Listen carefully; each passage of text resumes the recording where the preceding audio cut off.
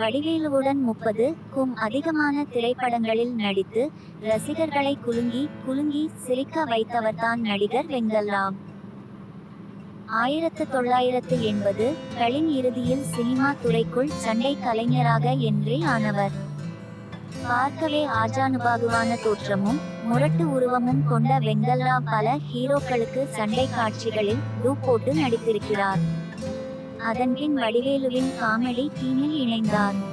வடிவேலுவுடன் பிரபலமான நகைச்சுவை காட்சிகளில் வெங்கல்ராவின் பங்கு அதிகம்.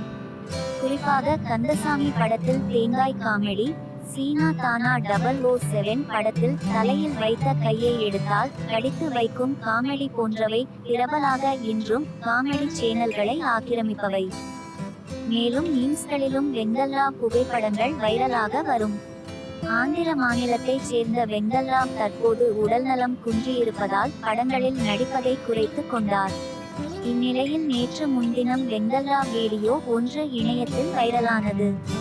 அதில் தனக்கு கை கால்கள் சரிவர இயங்கவில்லை என்றும் வாய் பேசவும் முடியவில்லை என்றும் சினிமா நட்சத்திரங்கள் தனக்கு உதவும் படியும் மிக உருக்கமாக வீடியோ ஒன்றை பதிவிட்டிருந்தார். இந்த வீடியோ வைரலான நிலையில் வடிவேலுவுடன் பல படங்களில் இணைந்து நடித்தவர் என்பதால் வடிவேலு உதவக்கூடும் என்று எதிர்பார்த்தனர்.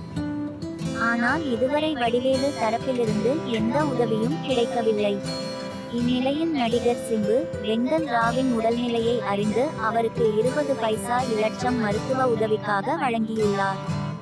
பல நலிந்த சினிமா கலைஞர்களுக்கு உதவி செய்து வரும் சிம்பு தற்போது இவருக்கும் உதவியிருக்கிறார். ஆனால் கூடவே நடித்து பெயர் பெற்ற வடிவேலுவோ இன்னும் எந்த உதவியும் செய்யாதிருப்பது கண்டு நெட்டிசன்கள் மட்டுமின்றி அவரின் ரசிகர்களும் வடிவேலுவை விமர்சித்து வருகின்றனர்.